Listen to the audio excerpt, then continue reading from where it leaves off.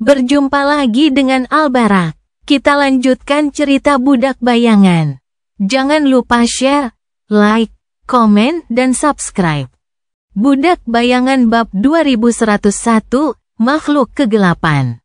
Makhluk yang terluka itu jatuh ke tanah, menutupinya seperti tabir kegelapan yang compang camping. Sesaat kemudian, kegelapan beriak, lalu sesuatu perlahan muncul dari dalamnya. Dari kejauhan, tampak seolah-olah ada sosok yang mengerikan muncul dari tanah, masih tertutup oleh tabir yang robek dan menariknya ke atas. Namun sebenarnya, sosok yang menakutkan itu tidak sedang memanjat keluar dari kegelapan. Melainkan, itu adalah kegelapan itu sendiri, yang membentuk kembali dirinya menjadi bentuk baru. Tak lama kemudian, seekor binatang buas yang mengerikan berdiri di bukit obsidian, setinggi ratusan meter, keempat kakinya yang perkasa menggali debu hitam dengan cakar yang tajam. Mulutnya seperti mulut serigala, dan sulur-sulur kegelapan yang mengepul berkibar di udara di belakangnya seperti mantel yang compang camping. Binatang besar itu menatap kehancuran alam bayangan dengan mata hampa, lalu mengangkat moncongnya ke langit hitam, sambil mengeluarkan ratapan yang mengerikan. Bahkan dari kejauhan, Sunni merasakan sakit yang tumpul menyerang jiwanya setelah ratapan itu menimpanya. Dia mengalihkan pandangannya, mencoba memahami apa pangkat dan kelas makhluk mengerikan itu. Apa sifatnya? Apakah itu bayangan? Atau sesuatu yang lain sama sekali? Apakah itu terinfeksi oleh kutukan korupsi yang keji, atau tidak? Sunni tidak yakin bahwa apapun kecuali bayangan dapat memasuki alam kematian. Atau setidaknya bertahan untuk sementara waktu. Mungkin makhluk-makhluk yang memiliki kekuatan luar biasa, seperti Condemnation, bisa, tetapi mereka sedikit jumlahnya. Jadi, masuk akal jika para pengembara gelap itu pastilah bayangan orang mati, seperti bayangan penghukuman, atau makhluk bayangan seperti dirinya. Namun, ada sesuatu tentang mereka yang membuat Sunni merasa ngeri dan gelisah. Mungkinkah mereka makhluk mimpi buruk? Ia tidak yakin. Kematian telah diciptakan sebagai senjata melawan korupsi, dan dengan mati, mereka yang menderita korupsi dibersihkan darinya. Oleh karena itu, bayang-bayang makhluk mimpi buruk menjadi murni ketika mereka memasuki alam bayangan. Dan jika makhluk bayangan lahir dari bayang-bayang orang mati, maka mungkin itulah alasan mengapa dia tidak pernah melihat satupun yang menyerah pada korupsi. Mungkin itulah alasan mengapa dia tidak pernah bertemu bayangan di alam mimpi. Lagi pula, setelah ribuan tahun kehancuran, hanya mereka yang terdistorsi oleh korupsi yang menghuni wilayah mengerikan itu. Makhluk mimpi buruk. Meski begitu, tidak ada yang benar-benar kebal terhadap pengaruh profan dari kekosongan primordial, kecuali Nephis. Bahkan Weaver terpaksa memotong lengan mereka saat terkena korupsi, jadi, Sunni tidak akan mempertaruhkan nyawanya pada gagasan bahwa makhluk bayangan tidak dapat dikorupsi. Menatap ke dalam hakikat sejati dari pengembara yang gelap. Dia melihat sesuatu yang tidak dia duga akan dia lihat. Dia tidak melihat apapun. Tidak ada cahaya yang bersinar dari inti jiwa yang cemerlang. Tidak ada kerusakan keji yang menyebar dari simpul-simpul yang mengerikan. Sebaliknya, yang ada hanyalah kegelapan. Bukan kegelapan keji yang pernah dilihatnya dalam jiwa makhluk mimpi buruk yang tak terhitung jumlahnya. Tetapi kegelapan dingin dan tak tertembus yang membuatnya mustahil baginya untuk melihat apapun di dalam binatang mengerikan itu. Kegelapan yang sesungguhnya. Sunni terdiam beberapa saat, tertegun. Makhluk kegelapan? Sebelumnya, pandangannya tentang dunia cukup sederhana. Ada manusia, dan ada makhluk mimpi buruk, dan hanya itu saja.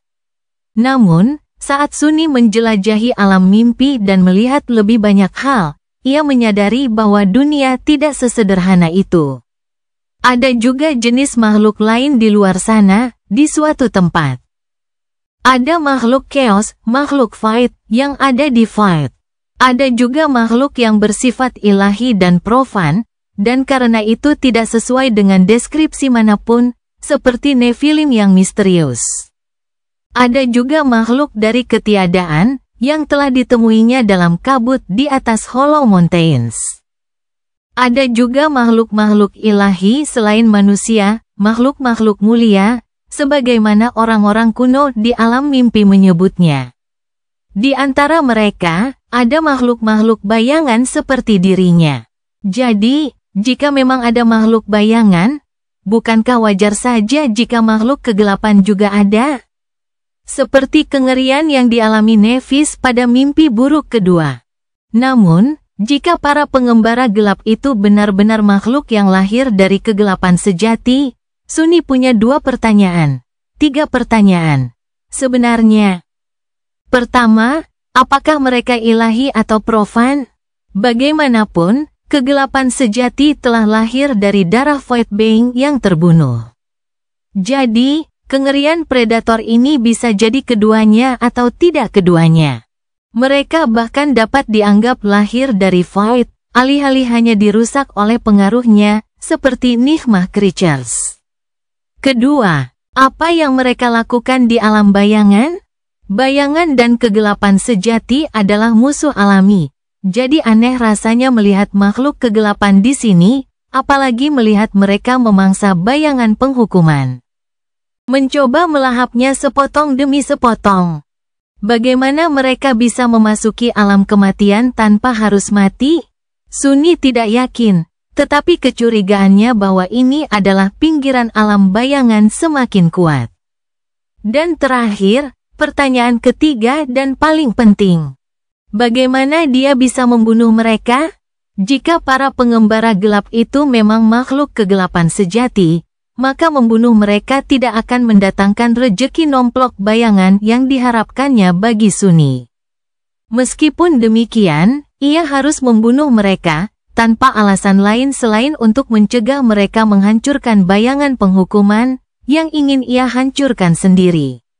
Itu akan sulit. Dia bahkan tidak yakin seberapa kuat makhluk-makhluk ini, tetapi sesuatu memberitahunya bahwa mereka luar biasa kuat, ya. Satu-satunya bukti yang dia butuhkan adalah menyaksikan seberapa keras bayangan seorang tiran terkutuk berjuang keras untuk lolos dari kejaran mereka. Dan kemudian ada pemanah misterius juga. Bahkan sekarang Sunni sudah mengamati pertempuran itu dengan seksama. Dia tidak bisa melihat mereka, yang mana cukup aneh, sungguh, mengingat tatapannya bisa menembus bayangan apapun. Dia bahkan lebih waspada terhadap si pemanah daripada terhadap para pengembara gelap. Brengsek, melihat setitik cahaya lain melayang dari bawah baju besinya, Sunni menggertakkan giginya dan bergegas maju. Budak Bayangan Bab 2102, Musuh. Saat Sunni bergegas mencapai bayangan besar Condemnation, ia hampir berubah menjadi bayangan untuk meningkatkan kecepatannya dan menyembunyikan dirinya dari pandangan, bertindak berdasarkan insting. Namun, ia tidak melakukannya. Melakukan hal itu akan memungkinkan Shadow Realm untuk merusak jiwanya dan membuatnya tertinggal jauh dalam perlombaan melawan waktu. Tentu saja, ada sisi lain dari Shadow Step, yaitu teleportasi instan antar bayangan. Namun, Sunni tidak yakin apakah dia bisa menggunakannya. Baru sekarang setelah ia berada di alam bayangan, ia mulai bertanya-tanya bagaimana sebenarnya langkah bayangan berfungsi. Apakah Sunni melakukan perjalanan fisik di antara bayangan? Atau apakah ia berubah menjadi bayangan saat jatuh ke pelukan mereka, lalu dikembalikan ke wujud nyatanya di sisi lain, semuanya dalam sekejap? Ada satu cara untuk mengetahuinya. Sunni menghilang ke dalam bayangan, lalu berguling keluar dari bayangan beberapa ratus meter lebih jauh, pucat dan meninggalkan jejak partikel esensi di belakangnya. Ada seringai kesakitan di wajahnya. Saya rasa itu menjawab pertanyaannya. Mungkin, menggunakan shadow step untuk berteleportasi bahkan lebih berbahaya daripada berubah menjadi bayangan tak berwujud. Dia telah kehilangan terlalu banyak pecahan bayangan dalam waktu singkat itu. Sambil bergumam umpatan, Sunny bangkit berdiri dan meneruskan larinya. Setelah kehilangan sebagian besar kekuatannya, ia merasa seperti manusia gua. Namun, manusia gua sendiri juga ahli dalam kekerasan. Ia hanya perlu menggunakan alat yang lebih sederhana untuk mencapai tujuannya, dan lebih kreatif dalam menggunakannya. Saat Sunny berlari, binatang kegelapan besar itu menundukkan moncongnya yang seperti serigala ke tanah, lalu tiba-tiba meledak karena gerakan. Sulur-sulur kegelapan yang panjang mengepul di belakangnya seperti mantel yang compang camping, dan debu hitam beterbangan ke udara seperti kabut dari bawah cakarnya yang perkasa. Pengembara gelap itu tampak bagaikan anjing pemburu dari dunia bawah yang telah mencium aroma mangsanya. Mangsa itu, tanpa diragukan lagi, adalah si pemanah misterius. Namun mereka tidak mudah ditangkap. Saat binatang besar itu terbang melintasi hamparan debu hitam yang sunyi, sebuah anak panah gelap melesat diam-diam dari balik bayangan. Meski kecepatannya mencengangkan, makhluk besar itu lebih cepat. Ia berbelok ke samping, menimbulkan awan debu dan menyebabkan bukit pasir yang tinggi runtuh. Namun, itu adalah kesalahan. Tepat di sana, tanah di bawahnya runtuh, dan makhluk mengerikan itu jatuh ke dalam lubang yang sangat besar. Di dasarnya, pilar-pilar obsidian yang bergerigi tertanam ke dalam debu, menghadap ke atas dengan ujung-ujung yang tajam. Binatang besar itu terjun ke dalam lubang dan tertusuk oleh paku-paku, membuat dunia berguncang dan mengeluarkan ratapan mengerikan lainnya. Ia tidak mati sama sekali. Namun, ia mengalami beberapa luka dalam, dan yang lebih penting, tertinggal, setidaknya untuk beberapa saat. Bayangan Condemnation bergerak maju, dan para pengembara gelap yang tersisa terus menghindari usahanya untuk menghancurkan mereka sambil mencabik-cabik tubuh raksasanya dengan rahangnya yang lapar. Sunny terus mengejar mereka. Pemanah misterius itu melakukan hal yang sama, tidak diragukan lagi. Masalahnya adalah dia masih tidak dapat melihat pemburu yang sulit ditangkap itu. Aku harus segera menyingkirkan benda-benda ini dari Condemnation. Kalau terus begini, mereka akan menelan mangsaku bulat-bulat. Tepat pada saat itu, sang pemanah akhirnya menampakkan diri. Tiba-tiba sebuah anak panah baru melesat melintasi kegelapan. Anak panah ini berbeda dari yang sebelumnya, bersinar terang saat melesat ke langit hitam. Melewati beberapa kilometer dalam sekejap, anak panah itu meninggalkan jejak turbulensi di gumpalan besar esensi yang dipancarkan oleh bayangan penghukuman dan menancap di bahunya. Berbeda dengan anak panah berwarna hitam, anak panah ini nampaknya diukir dari tulang, bulunya dibuat dari bulu-bulu putih bersih yang indah. Sesaat kemudian, seutas benang perak cemerlang menampakkan diri di jejak yang ditinggalkan oleh anak panah tulang, mewujud dari saripati murni. Dengan satu tarikan tali, pemanah misterius itu melesatkan diri mereka ke angkasa. Sunny melihat siluet samar terbang melintasi kegelapan. Siluet itu mendarat di bahu raksasa gelap itu dan perlahan-lahan meluruskan tubuhnya, akhirnya terlihat di tengah pusaran air dari esensi perak yang cemerlang. Sosok anggun pemanah samar itu berbentuk manusia, tetapi samar dan tidak jelas, dikaburkan oleh gumpalan asap hitam yang berkibar di belakangnya seperti jubah compang camping. Itu adalah bayangan, tanpa diragukan lagi. Tetapi bayangan yang sangat istimewa, memancarkan rasa kemauan yang jauh lebih jelas, niat yang jauh lebih tajam, dan kepribadian yang jauh lebih solid daripada bayangan Condemnation. Jika Sunny harus menggambarkan pemanah bayangan itu dengan satu kata, kata itu adalah pembunuh. Sosok mereka penuh dengan tekad dingin, niat membunuh yang biadab, dan keanggunan yang mengancam. Pemanah itu berdiri sejenak di bahu Condemnation, lalu cepat membungkuk untuk mengambil anak panah bercahaya itu dan menghilang dari pandangan. Pada saat berikutnya, terdengar siulan tajam dari udara yang terpotong, dan salah satu drifter gelap yang melekat pada tubuh bayangan raksasa itu tiba-tiba bergetar dan jatuh dalam derasnya kegelapan. Mengayunkan sulur-sulurnya yang terputus saat jatuh. Sunni menggertakkan giginya. Begitu banyak persaingan. Akan sangat buruk jika para pengembara gelap itu memakan bayangan penghukuman. Akan lebih buruk lagi jika pemanah itu membunuhnya, karena sebagai bayangan itu sendiri. Mereka akan menyerap semua kekuatannya dalam sekejap. Tapi apa yang seharusnya dia lakukan? Dilucuti kekuatannya. Sunni tidak yakin akan menang dalam pertempuran melawan makhluk kegelapan yang mengerikan. Dia bahkan lebih waspada terhadap pemanah itu, yang tampak seperti pembunuh kejam yang ditempa oleh kekejaman alam bayangan menjadi iblis yang mematikan. Kengerian itu pasti telah menghabiskan waktu yang lama di sini, ribuan tahun, mungkin, perlahan-lahan larut menjadi esensi murni sambil memburu bayangan lain untuk memperpanjang keberadaannya. Fakta bahwa itu masih ada adalah bukti betapa mematikannya pemanah itu. Jika pemanah bisa melakukannya, maka saya juga bisa. Mata Sunni berbinar karena tekad yang gelap. Musuhnya pasti juga terkekang oleh sifat alam bayangan seperti dirinya. Namun, pemanah itu ulet dan banyak akal. Mereka mengais-ngais bahan-bahan dari alam bayangan, membuat peralatan mematikan dari apa yang ada, dan menyiapkan perangkap licik untuk memikat mangsanya. Jadi, Sunni juga bisa melakukan itu. Tepat saat dia memikirkan itu, indera bayangannya mendeteksi sesuatu yang aneh di kejauhan, tepat di balik cakrawala.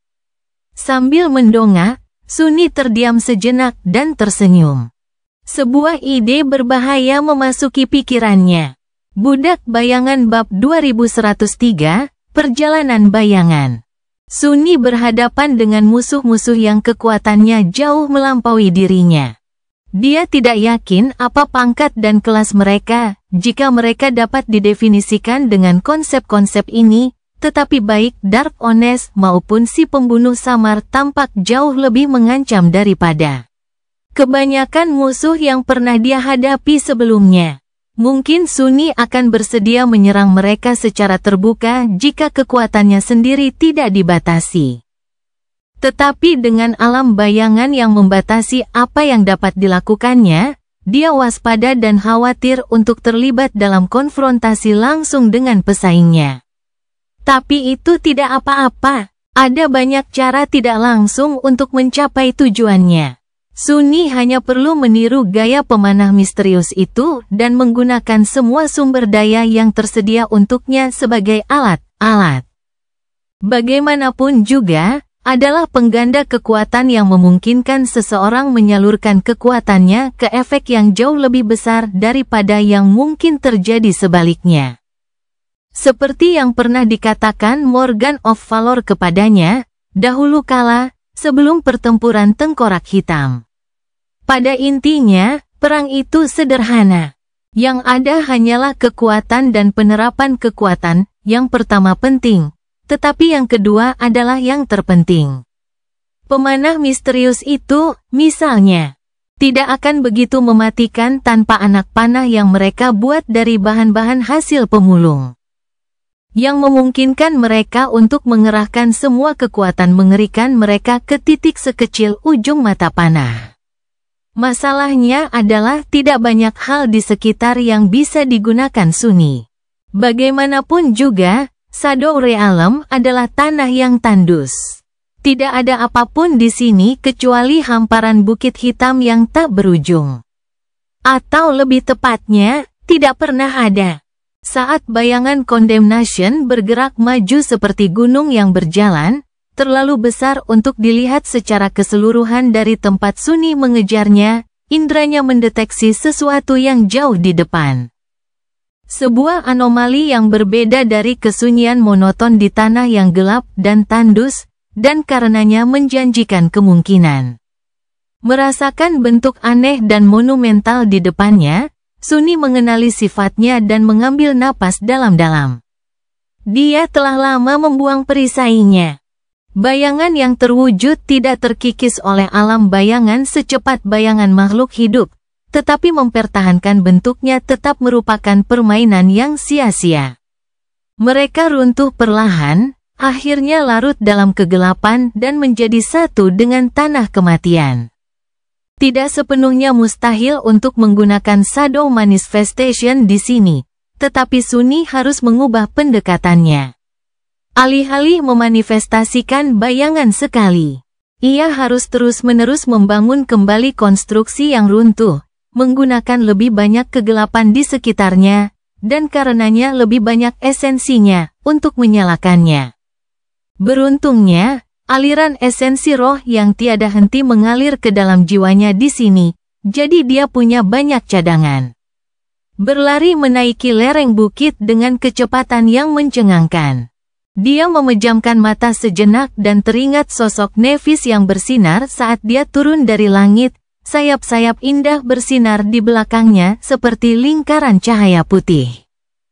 Dia juga teringat wajah iblis Revel, dan pertempuran dahsyat yang mereka alami di Vanishing Lake. Dia ingat menggunakan tarian bayangan untuk mengintip hakikat keberadaan mereka. Kemudian, saat melewati puncak bukit pasir yang curam, Sunny membuka matanya dan melompat ke udara. Saat ia terbang di atas hamparan debu hitam yang sunyi, bayangan-bayangan bergerak di sekelilingnya, memeluknya seperti mantel gelap. Lalu, jubah bayangan itu mewujud menjadi sepasang sayap yang gelap, bulunya yang hitam legam berkilauan dalam cahaya keperakan dari saripati yang berputar-putar. Saat mereka berayun, angin kencang bertiup di atas hamparan tandus itu, dan dia terlempar ke udara dengan kecepatan tinggi. Saya pikir, itu berhasil. Tubuh manusia tidak sepenuhnya diciptakan untuk terbang dengan bantuan sayap. Lagi pula, manusia bukanlah burung, seluruh anatomi mereka, hingga komposisi tulang mereka, berbeda. Orang-orang seperti Nevis dan Revel telah dianugerahi sayap oleh kekuatan mistis aspek mereka, dan karenanya dapat menerjang langit dengan keanggunan alami. Tapi Sunny berbeda. Dia cukup mahir dalam memanifestasikan dan mengendalikan anggota tubuh tambahan dengan bantuan aspeknya, begitulah cara dia mampu menenun pola rumit dari untaian esensi dengan 6 tangan. Dia juga tahu cara membuat kerang makhluk terbang dan sangat akrab dengan bentuk burung gagak, jadi anatomi makhluk bersayap bukanlah hal baru baginya. Akan tetapi, selalu lebih mudah dan jauh lebih efektif untuk membangun shell dengan meniru persis makhluk hidup yang sebenarnya. Daripada membuat chimera aneh dengan mencampur dan mencocokkan bagian-bagian makhluk yang berbeda. Seperti apa yang sedang dilakukannya sekarang karena tidak dapat mengikuti pilihannya dan mengambil bentuk seekor burung gagak yang cepat. Meskipun demikian, percobaan itu berhasil. Sunny berhasil belajar sendiri cara terbang dengan bantuan sepasang sayap yang kuat dengan menggabungkan pengalamannya mengendalikan anggota tubuh yang terwujud, keakraban dengan bentuk burung gagak, dan pengetahuan mendalam tentang cara Nevis terbang saat mengasumsikan transformasi parsial. Saat sayap hitamnya bergerak melawan angin dengan ganas, Sunny terbang maju dengan kecepatan yang mengagumkan. Ia tidak memiliki masalah dalam menjaga keseimbangan dan arah karena telah menghabiskan banyak waktu dalam bentuk burung gagak, dengan cepat menyalip bayangan besar condemnation dan sosok-sosok yang berjuang untuk mendapatkan hak untuk melahapnya. Ia bergegas maju.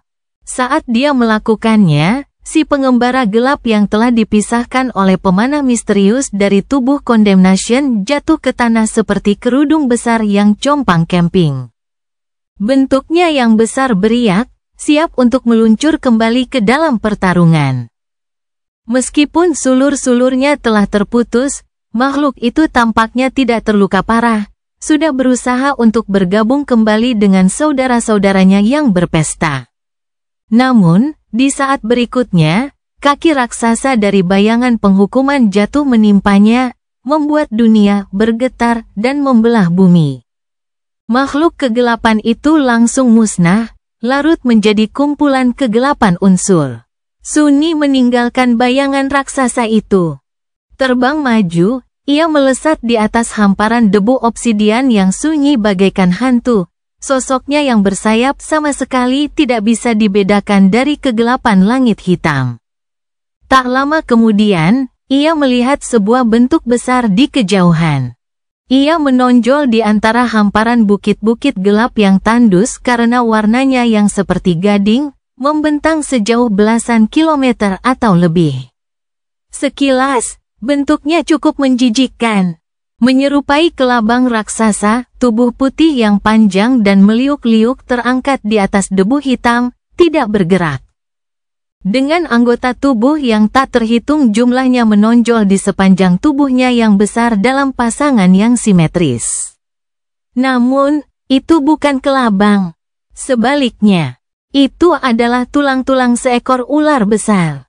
Tubuh putih yang meliuk-liuk itu adalah tulang belakangnya, dan banyak sekali pasang anggota badan itu adalah tulang rusuknya. Di suatu tempat yang jauh di depan, tengkoraknya yang besar terletak di atas debu hitam, sebagian terkubur di dalamnya. Itulah tujuan Sunyi. Sambil melipat sayapnya, dia tersenyum muram dan menukik ke tanah. Budak Bayangan Bab 2104, Alat Pembunuh. Sunyi mendarat di atas debu obsidian di depan tengkorak ular raksasa itu, yang menjulang tinggi di atasnya seperti gunung gading.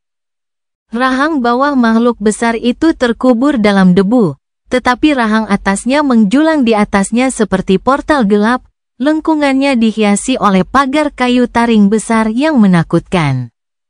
Sunyi membiarkan sayapnya hancur dan hancur, lalu membiarkan dirinya merenung sejenak sambil mempelajari sisa-sisa purbakala.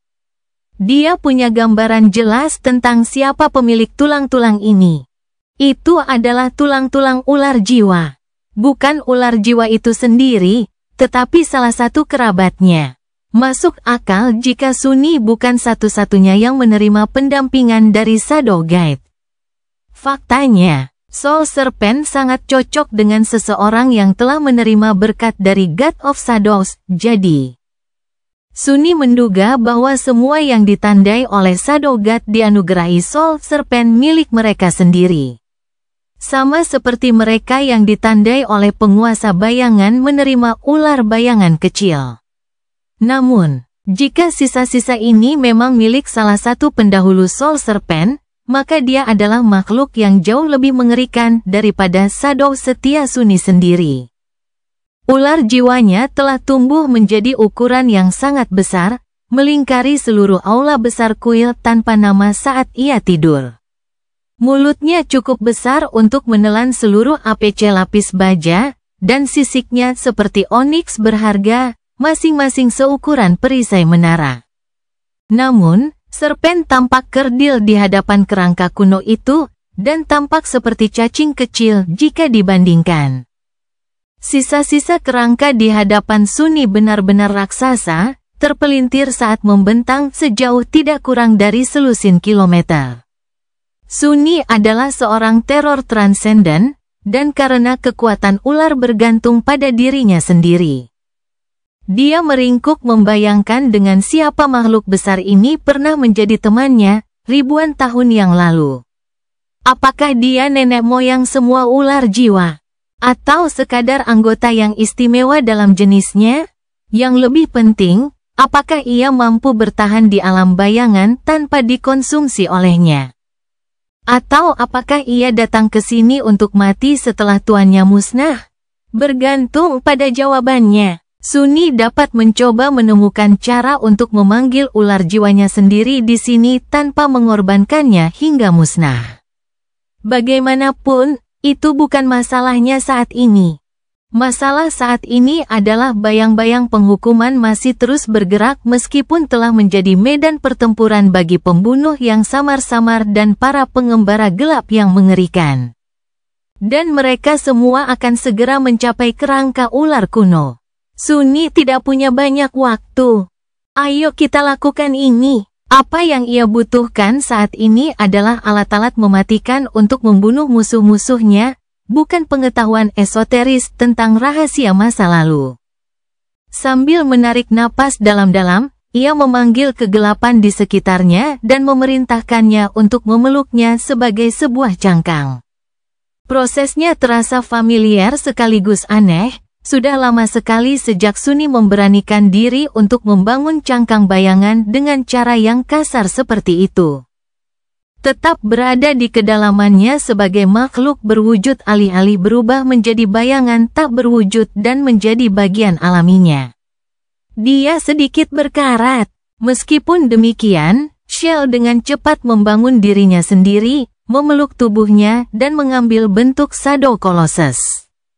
Sunni harus mengubah cara mengendalikannya, menyesuaikan diri dengan fakta bahwa bayangan yang terwujud terus runtuh. Mereka ingin larut dan kembali ke esensi Shadow Realm, jadi, ia harus menarik dan mewujudkan bayangan baru untuk menggantikan mereka terus-menerus. Dari samping, proses itu tampak sangat spektakuler, seolah-olah Shadow Colossus diliputi mantel asap gelap yang mengepul di belakangnya dan mengaburkan sosoknya. Untuk sesaat, Sunni merasakan kekuatan mengerikan merasuki dirinya. Kemudian, dia tersenyum gelap dalam-dalam di dalam cangkang itu dan bergerak, memberikan pukulan yang menghancurkan pada salah satu taring gading yang menghalangi jalan masuk ke mulut ular kuno itu. Kekuatannya cukup mengerikan hingga taring besarnya copot, jatuh ke tanah dan menimbulkan awan debu hitam ke udara. Lengan Shadow Colossus hancur akibat pukulan mengerikan itu. Lalu dia menarik tangannya ke belakang dan membentuknya kembali dalam proses itu. Beberapa saat kemudian, Sunni melancarkan pukulan mengerikan lainnya, lalu pukulan ketiga, yang menyebabkan satu taringnya dicabut. Dengan menggunakan kekuatan barunya untuk mengangkat benda-benda itu dari tanah dan menaruhnya di pundaknya, dia mendongak, menunggu beberapa saat untuk merasakan detak jantungnya. Lalu melompat ke udara. Mendarat di atas tengkorak kuno, Sunni mendorong cangkangnya yang menjulang tinggi ke depan dan melompat lagi, mendarat di tulang belakang ular raksasa itu. Dari sana, dia sudah bisa melihat bayangan Condemnation yang bergerak lamban di kejauhan. Jejak esensi yang indah mengalir di belakangnya seperti sungai yang cemerlang, dan pertempuran sengit berkecamuk di tubuhnya yang besar. Dia tidak dapat melihat sosok pemanah misterius itu lagi, tetapi dapat menebak lokasi mereka berdasarkan gerakan para pengembara gelap itu. Hanya ada 3 dari mereka yang tersisa dalam pertarungan, sementara yang keempat, sang serigala, bergegas melintasi hamparan debu obsidian yang tandus untuk mengejar saudara-saudaranya.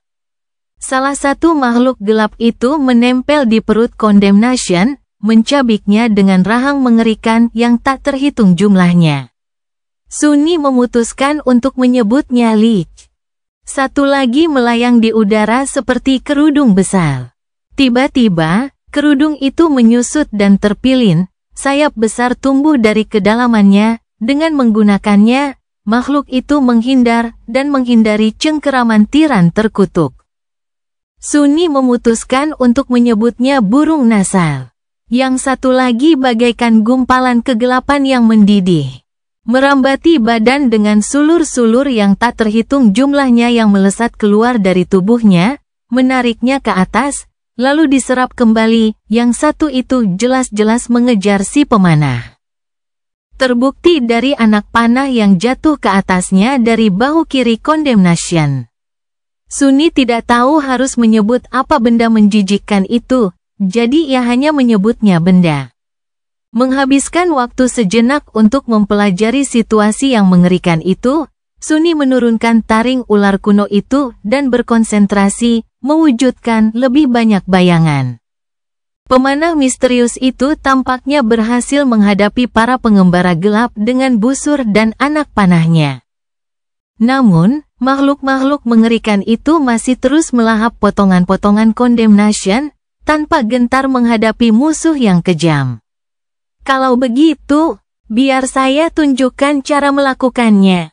Mewujudkan rentangan besar bayangan nyata menjadi kemiripan dengan rantai, Sunni mengubah komposisinya untuk memberikan ukuran elastisitas padanya. Dan kemudian mengendalikan ujung-ujung rantai agar melilit pangkal tulang rusuk ular kuno itu. Lalu, sambil mengencangkan salah satu taring pada rantai, dia mengumpulkan seluruh kekuatan besarnya dan dengan perlahan dan susah payah mengambil beberapa lusin langkah mundur, sambil meregangkan elastisitas tali improvisasinya. Dengan cara itu, ia telah mengubah sisa-sisa raksasa itu menjadi ketapelnya, dan taring ular kuno itu menjadi proyektil yang mengerikan. Coba rasakan itu, sambil menggertakkan giginya karena tegang. Sunni akhirnya melepaskan rantai itu dan membiarkannya tersentak kembali dengan momentum yang mengerikan. Melemparkan taring besar itu ke udara seperti rudal yang ditembakkan oleh mesin pengepungan yang sangat besar dan mengerikan.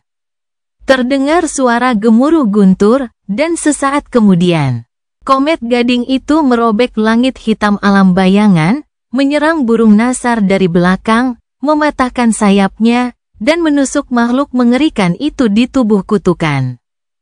Budak Bayangan bab 2105, tidak ada perbuatan baik. Burung nasar itu bagaikan kain hitam pekat yang dijepit dengan keras ke permukaan samar bayangan penghukuman, tentu saja. Jika kain itu cukup besar untuk menutupi seluruh stadion dengan bentangannya yang gelap, beriak-riak menakutkan dalam angin yang mengerikan. Benturan itu merobek sayapnya dan menghantam makhluk itu ke dalam bayangan raksasa, taring gadingnya menusuk dan menusuknya seperti lembing raksasa. Sunni tidak yakin apakah dia berhasil memberikan luka parah pada makhluk gelap itu, tetapi dia tahu bahwa makhluk itu terluka. Yang lebih penting, ia tidak dapat bergerak, meskipun hanya untuk beberapa saat saja. Burung nasar itu sudah bergerak. Tubuhnya yang besar beriak-riak menghasilkan sulur-sulur kegelapan yang tak terhitung jumlahnya. Sulur-sulur itu menjulur ke depan, menancap pada daging kutukan, lalu menegang, mencoba menarik makhluk bertaring gading itu. Sunni tidak terlalu memperhatikan gerakannya. Itu karena dia sudah mengisi taring kedua ketapelnya. Ada alasan mengapa dia memilih menggunakan taring ular kuno sebagai proyektil alih-alih hanya mengeluarkan beberapa lembing besar. Masing-masing seukuran pendobrak, dari hamparan bayangan tak berujung di sekelilingnya. Meskipun taringnya tidak berbentuk ideal, sejauh menyangkut misil, dia tahu bahwa taring itu akan jauh lebih mematikan. Karena dua alasan. Pertama-tama, bayangan yang terwujud kurang dapat diandalkan di alam bayangan dibandingkan biasanya. Mereka kokoh dan kuat selama dia aktif membangun dan mempertahankannya, tetapi hanya sedikit. Dia bisa memanggil sepasang sayap gelap atau membentuk shadow shell, tetapi ada batas kegunaannya, lengan shadow colossus, misalnya. Telah hancur setelah satu pukulan ketika dia mencabut taring ular raksasa itu. Tingkat kekokohan seperti itu tidak cocok untuk pertempuran. Kedua, Sunni meminjam sifat mematikan dari taring-taring itu sendiri. Dia tidak tahu seberapa mengerikan ular purba itu saat masih hidup, tetapi jelas itu adalah makhluk yang sangat kuat. Meskipun telah punah bertahun-tahun yang lalu, sisa-sisanya masih membawa gema kekuatan yang tak terduga itu. Ada alasan mengapa anak panah yang dibuat oleh pemanah misterius itu begitu mematikan, dan meski memiliki niat membunuh yang kuat, bahan dari mana anak panah itu dibuat juga sangat penting. Batu obsidian mengilap, kayu gelap, dan bulu hitam, Semuanya terkumpul di sini, di alam kematian, sehingga memiliki tandanya. Apa yang bisa lebih mematikan daripada tulang-tulang ular jiwa kuno? Karena Sunni butuh bantuan untuk melenyapkan makhluk predator kegelapan sejati. Ia juga bisa memanggil sisa-sisa makhluk yang telah mempersonifikasikan esensi kematian. Perjudiannya tampaknya membuahkan hasil, mengingat betapa terlukanya si burung nasar oleh taring gadingnya. Ia berjuang untuk membebaskan diri, dengan susah payah menyeret tubuhnya yang beriak di sepanjang taring itu. Namun sebelum ia sempat melakukannya, yang kedua menghantam makhluk itu kembali ke bawah dan menusuknya. Sunni membiarkan dirinya menyeringai lebar di kedalaman shellnya. Bayangan Condemnation sudah semakin dekat saat itu, jadi menyerang Vulture untuk kedua kalinya bukanlah tugas yang mudah. Menjauhlah dari mangsaku, bajingan. Dia mungkin bisa menggunakan ketapelnya sekali lagi. Dengan Vulture yang terluka dan tidak bisa bergerak untuk sementara, pemanah misterius itu akan bebas menghadapi Ting tanpa gangguan. Sunni tidak akan menyebut aliansi paksa mereka sebagai kemitraan, tetapi mereka harus menghadapi para pengembara gelap sebelum saling menyerang. Jika tidak, bayangan Condemnation akan ditelan oleh Dark Honest sebelum salah satu dari mereka bisa membunuhnya. Musuh dari musuhnya adalah, sebelum Sunni bisa menyelesaikan pikirannya, sesuatu melesat melintasi hamparan langit hitam, dan sebuah anak panah menembus dada Shadow Shell-nya. Pada saat berikutnya, benturan yang mengerikan mencabik-cabik Shadow Colossus. Semburan kegelapan meledak dari punggungnya saat tubuhnya meledak dengan hebat. Potongan-potongan onyx mantle melesat ke segala arah seperti pecahan peluru, dan sementara bagian bawah shell terlempar ke bawah, bagian atasnya terbang tinggi ke udara. Keduanya hancur tak dapat dikenali dan menjadi bayangan berdarah.